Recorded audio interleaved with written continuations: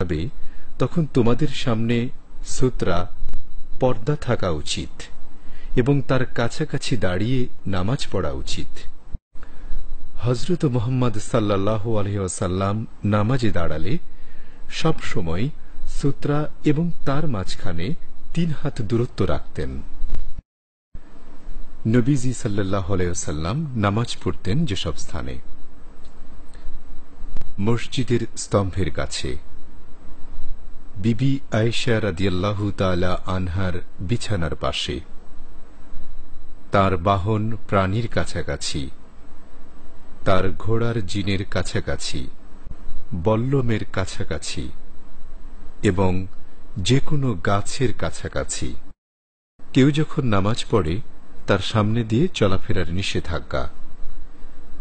হযরত মুহাম্মদ সাল্লাল্লাহু আলাইহি ওয়াসাল্লাম বলেছেন, কেউ যদি জানত নামাজরত কারো সামনে দিয়ে গেলে কি গুনাহ হয়, তবে সে 40 দিন, 40 সপ্তাহ বা 40 বছর অপেক্ষা করলেও নামাজের সামনে দিয়ে যেত না, অর্থাৎ সুতরার সীমানার মধ্য দিয়ে।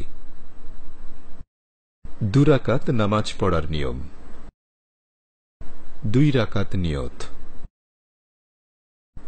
হযরত মুহাম্মদ সাল্লাল্লাহু আলাইহি ওয়াসাল্লাম বলেছেন, পুরস্কারের পূর্বশর্ত নির্ভর করে নিয়তের উপর, এবং একজন মানুষের পুরস্কার নির্ভর করবে সে কি নিয়তে কাজ করে তার উপর। এখানে নিয়ত বলতে বোঝানো হয়েছে যে একজন মানুষ তার মন, আত্মা এবং শরীরকে একত্র করে তার সৃষ্টিকর্তার উদ্দেশ্যে তা নিবেদন করবে। প্রত্যেকেরই সচেতন থাকা উচিত এই ব্যাপারে যে সে কি প্রার্থনা করছে।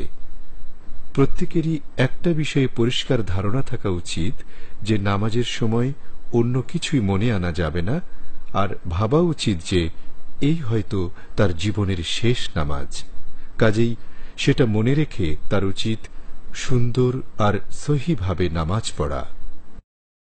মহানবী সাল্লাল্লাহু আলাইহি ওয়াসাল্লাম পরামর্শ দিয়েছেন, যখন তোমরা নামাজের জন্য দাঁড়াবে এমন ভাবে নামাজ পড়বে যেন এটাই তোমাদের জীবনের শেষ নামাজ। তাকবীর, আল্লাহ সর্বশ্রেষ্ঠ বলা। হযরত মুহাম্মদ সাল্লাল্লাহু আলাইহি ওয়াসাল্লাম বলেছেন, নামাজের প্রধান শর্ত হচ্ছে সহিভাবে পড়া, আর তার শুরুটাই হয় তাকবীর দিয়ে। নবীজি সাল্লাল্লাহু আলাইহি ওয়াসাল্লাম যখন তাকবীর বলতেন, তার হাতের আঙ্গুলগুলো একটু ছড়িয়ে হাত তার কাঁধ বরাবর উঠাতেন। আল্লাহু আকবার অর্থ আল্লাহ সর্বশ্রেষ্ঠ। হাত বাঁধা। হযরত মুহাম্মদ সাল্লাল্লাহু আলাইহি ওয়াসাল্লাম তার বুকের উপর বা নাভির উপর বাঁ হাত রেখে তার উপর ডান হাত দিয়ে শুধুমাত্র কবজি ধরতেন। আল্লাহর উদ্দেশ্যে দাঁড়ানো।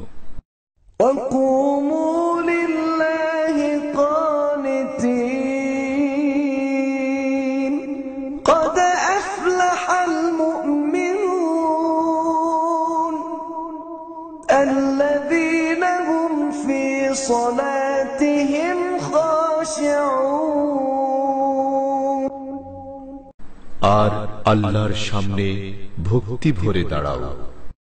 প্রকৃত সাফল্য তাদেরই যারা বিশ্বাসী, যারা তাদের নামাজের প্রতি বিনয়ী।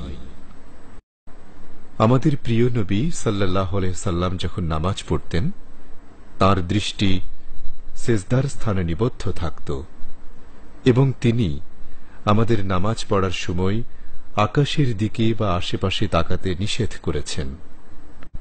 হযরত মুহাম্মদ সাল্লাল্লাহু আলাইহি ওয়াসাল্লাম বলেছেন, কেউ যখন নামাজ পড়ে তখন তার মনোযোগ ব্যাহত হয় এমন কিছু ঘরে রাখা উচিত নয়। তেলাওয়াত করা। হযরত মুহাম্মদ সাল্লাল্লাহু আলাইহি ওয়াসাল্লাম প্রথমেই আল্লাহর কাছে শয়তানের হাত থেকে তাকে দূরে রাখার জন্য প্রার্থনা করতেন। আউযু বিল্লাহি মিনাশ শাইতানির রাজীম। আমি শয়তানের হাত থেকে রক্ষা পাওয়ার জন্য আল্লাহর রহমত প্রার্থনা করছি। হযরত মুহাম্মদ সাল্লাল্লাহু আলাইহি ওয়াসাল্লাম এরপর বলতেন, শুরু করছি আল্লাহর নামে, যিনি পরম করুণাময় এবং দয়ালু। বিসমিল্লাহির রহমানির রহিম। মহানবী সাল্লাল্লাহু আলাইহি ওয়াসাল্লাম বলেছেন, যে কোরআন শরীফের প্রথম অনুচ্ছেদ সূরা ফাতিহা তেলাওয়াত করবে না, তার নামাজ কবুল হবে না। অনুচ্ছেদ 1। প্রথম সূরা আল ফাতিহা।